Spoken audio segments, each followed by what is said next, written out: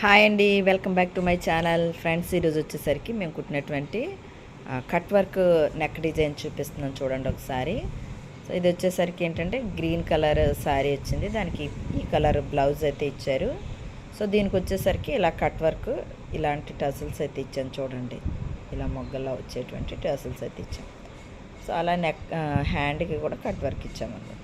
So లోపలికి వచ్చేసరికి మేము పేపర్ బక్రం అయితే యూస్ చేస్తామండి. ఇది కట్ వర్క్ అనేసరికి మనకి ఖచ్చితంగా ఇలా కోణాలు మంచిగా నిలబడాలన్నమాట.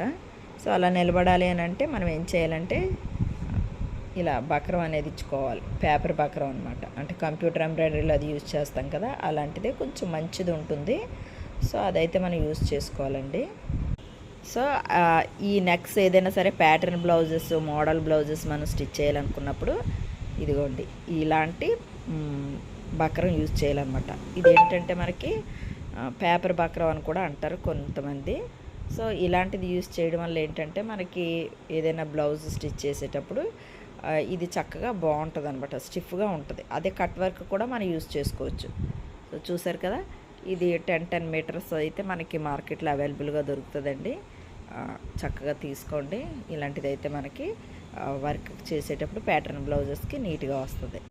సో చూసారు కదండి, అదే లైనింగ్ అటాచ్డ్ చేసేసి మరలా మేము పేపర్ బక్రంతో తీసుకొని దానికి మళ్ళీ మేము ఏం చేసామంటే లైనింగ్తో ఇలా సెపరేట్గా మళ్ళీ స్టిచ్ చేసామన్నమాట.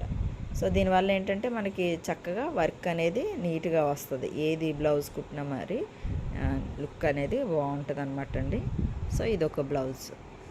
సో మరొకటి ఉప్పాడ శారీస్లో కంప్యూటర్ ఎంబ్రాయిడరీ వర్క్ అండి. సింపుల్గా ఇది పెద్దవాళ్ళు చేయించుకున్నారు, చూస్తున్నారు కదా. ఇదేంటంటే సేమ్ శారీ కలరే ఫ్యాబ్రిక్ తీసుకొని దాని మీదకి బార్డర్ కలర్తో వర్క్ చేయమన్నారు అనమాట. ఇలా సింపుల్గా అయితే ఇలా చేసాము.